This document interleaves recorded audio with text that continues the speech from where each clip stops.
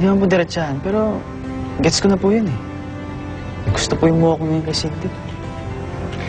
Hindi naman nakakapagtaka yun.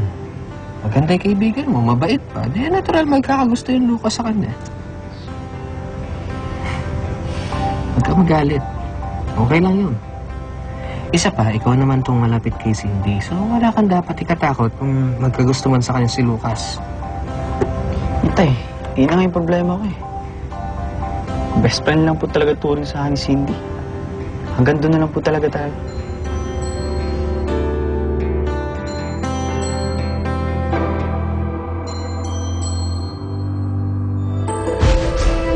Bakit kaya kung sino pa yung pinakamamahal mo?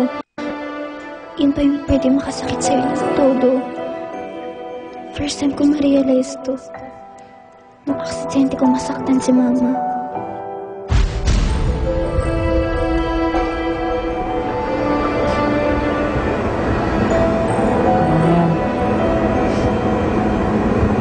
Mga doktor ako, mga sikat sa mama mo.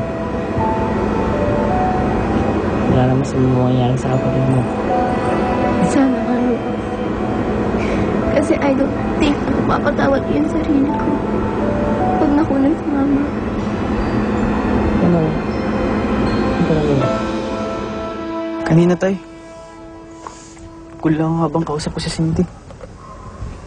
Pero po ang totoo. Ingit na ingit po ako kay Lucas. Ingit na ingit po. Parang saya-saya pa ni Cindy kay Lucas. Kasi nga, iba ang pakiramdam mo tungkol sa best friend mo, kaya nagsiselos ka. Gusto mo kasi, masaya si Cindy pag ikaw ang kasama. Tama ba? Siyempre po, gusto ko lang po maging masaya si Cindy. Pero po, parang hindi po siya kontento sa akin. Mas gusto niya po si Lucas. Kung tutuusin nga po, mas cute pa ako sa ungas na yun. Natural, anak kita eh.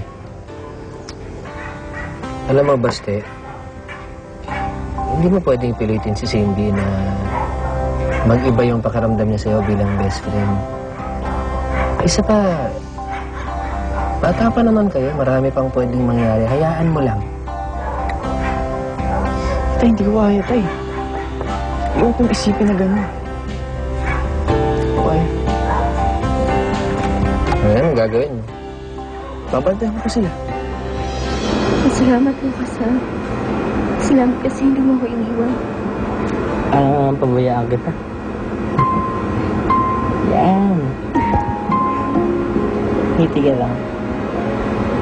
Kahit mga problema ka, ngitihan mo lang yan.